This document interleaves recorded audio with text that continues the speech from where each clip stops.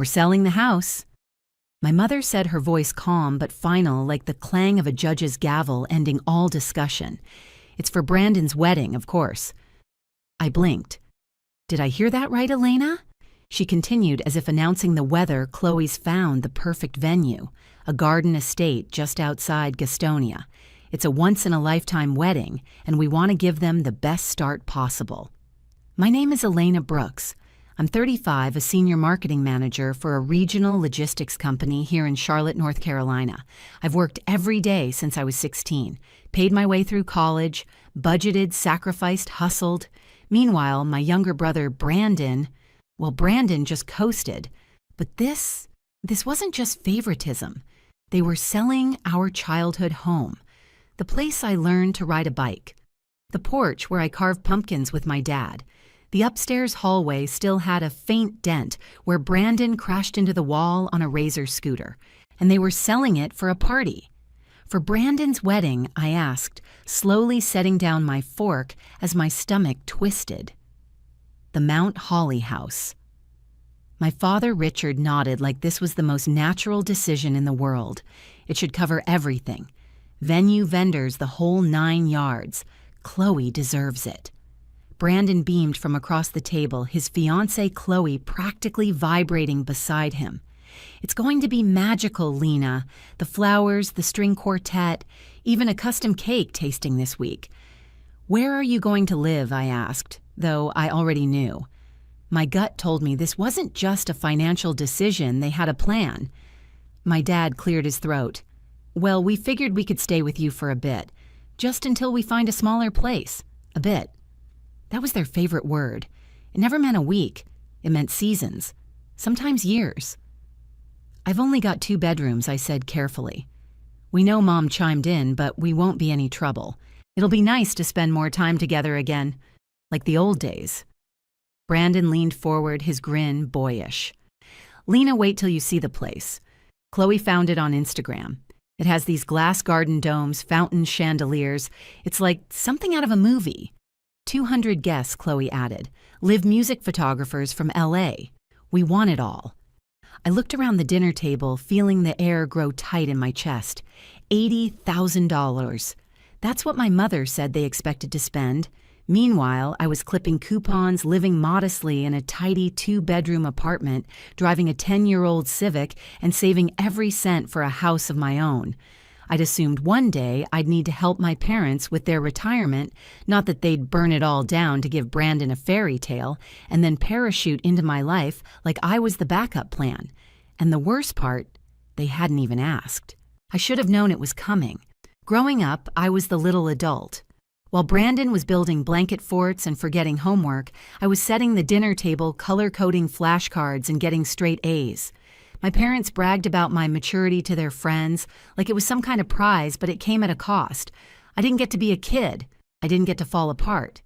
Because someone had to hold it together, and Brandon. He was the golden child. He failed algebra twice. My parents blamed the teacher.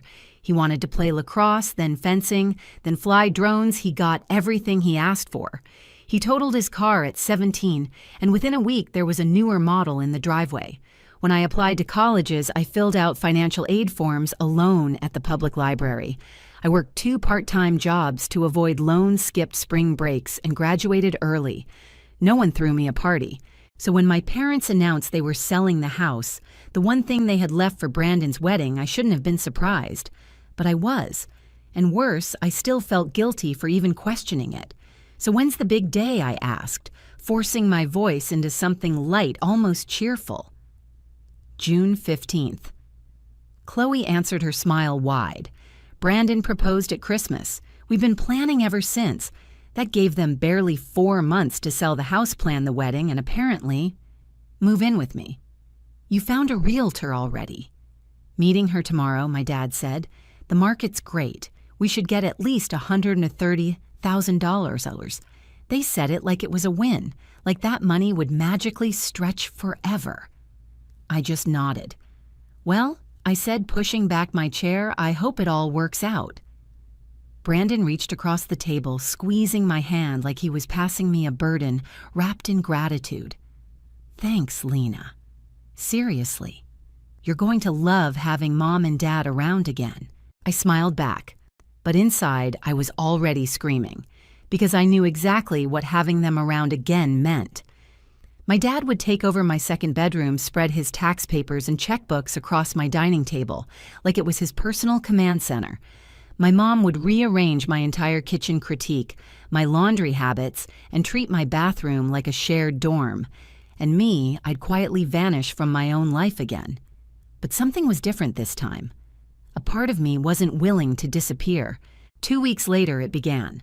I was reviewing quarterly ad performance reports in my office when my phone buzzed with a message from my mother house. Showing went great. 3 offers already. Brandon's wedding is going to be amazing. I stared at the screen. My fingers hovered over the keyboard. 3 offers. Already, I typed back a polite congrats and tried to focus on a spreadsheet, but the numbers blurred. That evening, Brandon called. "You won't believe it," he said, breathless. "They got an offer, $130,000. They're accepting it." "That's fast," I said, "and Mom was wondering if she and Dad could start moving a few things to your place this weekend." I paused. "My place?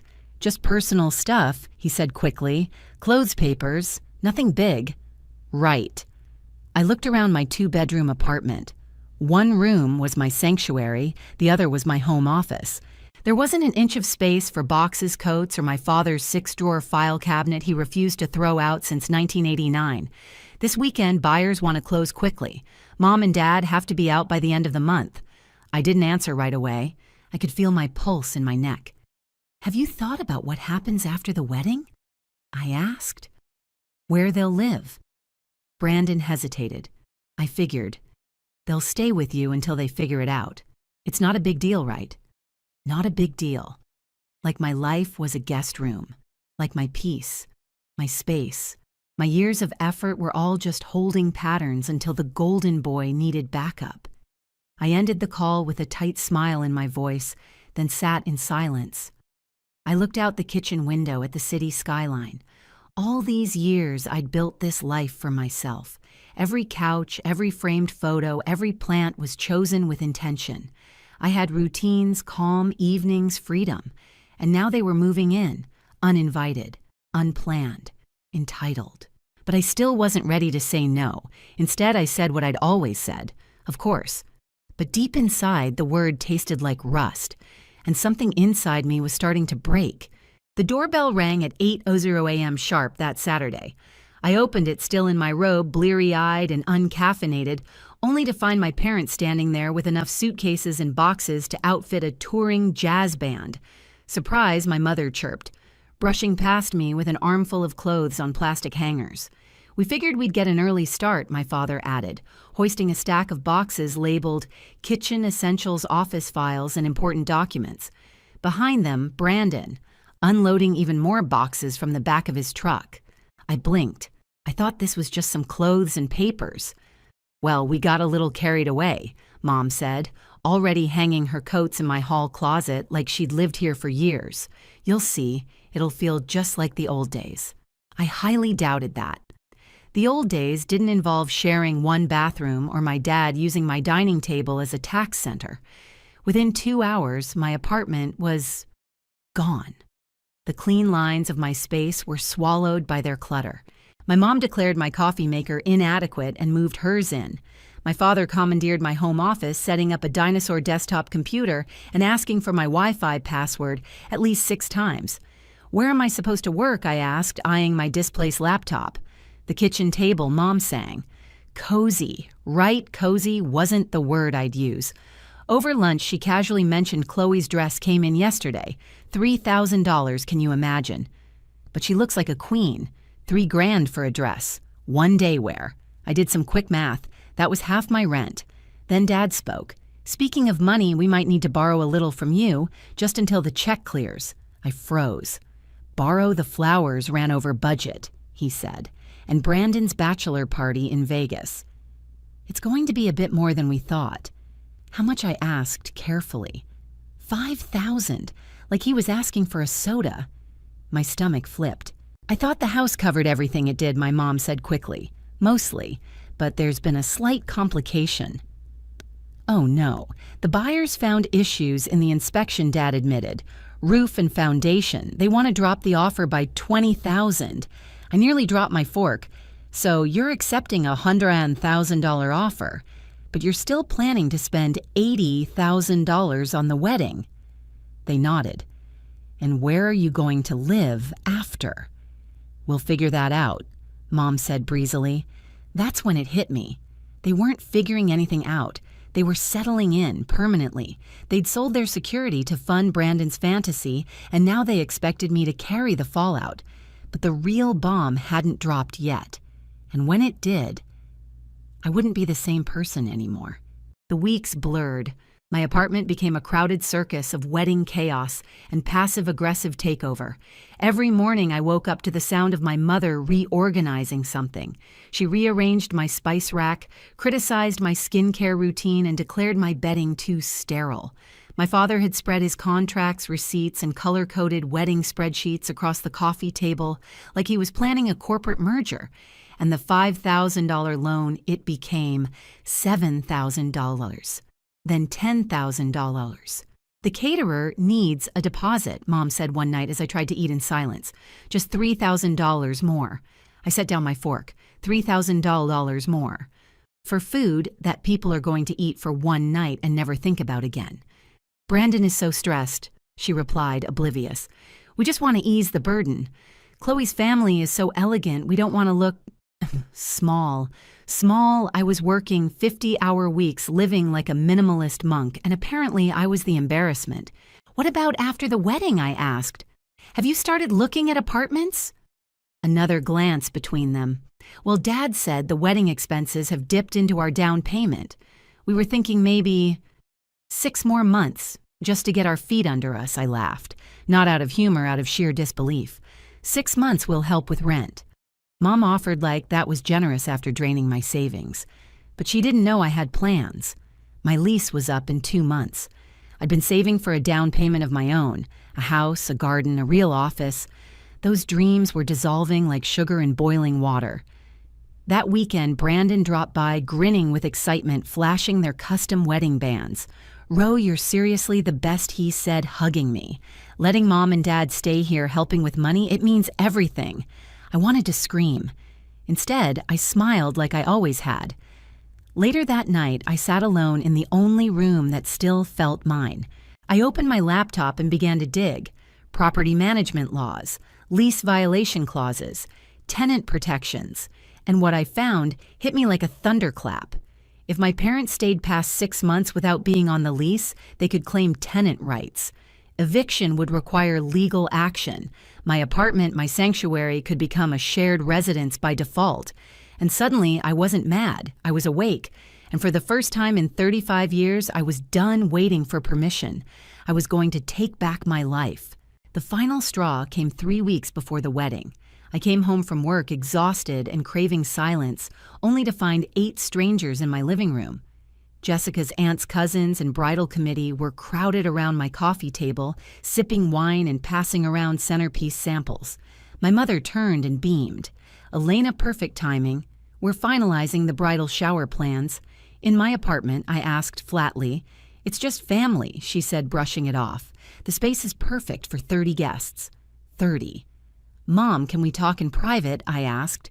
We stepped into my bedroom, the only place I hadn't surrendered. You can't host a party here without asking. Oh, don't be so dramatic. It's just one afternoon. No, it's my home, I snapped, and you didn't ask.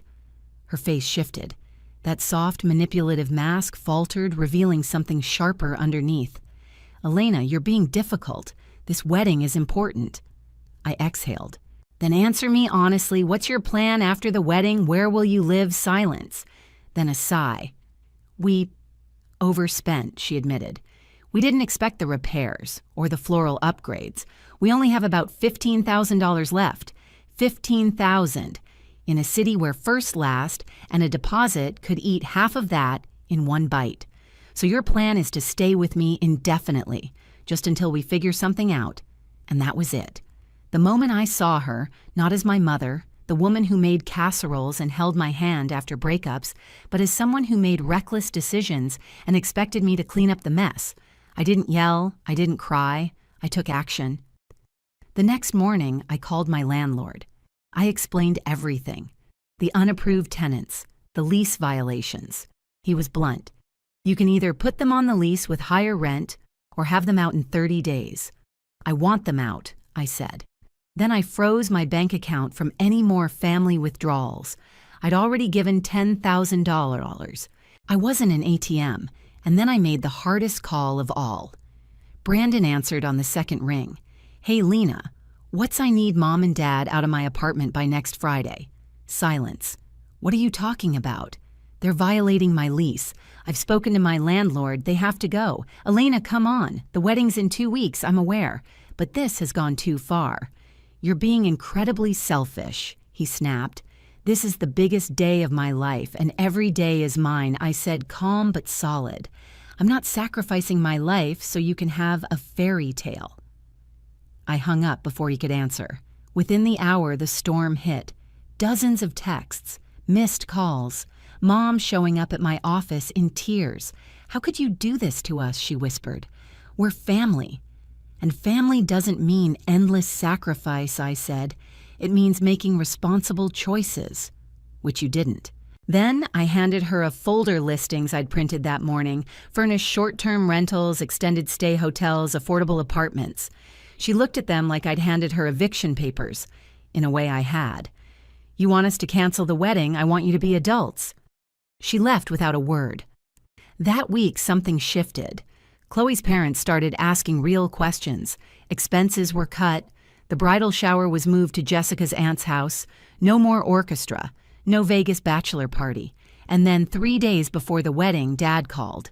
Elena, he said, voice low, I owe you an apology. For what? For everything. Taking advantage. Assuming. You were right to draw the line. I didn't say anything for a long moment. Thank you, I whispered. That means more than you know. Wedding's still happening. Smaller. But we'll manage on our own from now on. You sure? I'm sure. And are you still coming? I thought about it. About missing it. About showing up. About my brother. Yes, I said. I'll be there. The wedding was simple hot and thundercloud humid. Chloe wore the same dress. Brandon cried during the vows. My parents looked humbled. After the reception, Brandon found me near the parking lot. I owe you one too, he said. For everything. I didn't get it before, but I do now. I love you, Brandon. I always will. But I'm done being the family's safety net. He nodded. You deserve better than that. I drove home to my quiet apartment, my space, my peace. And the next month I made an offer on a small house with a garden and a door that only I had the key to. Looking back, I don't see what I did as revenge. It wasn't about hurting anyone. It was about protecting myself. Sometimes the kindest thing you can do for the people you love is finally say no. Have you ever been treated like the backup plan? Share your story below and don't forget to like, subscribe, and protect your peace.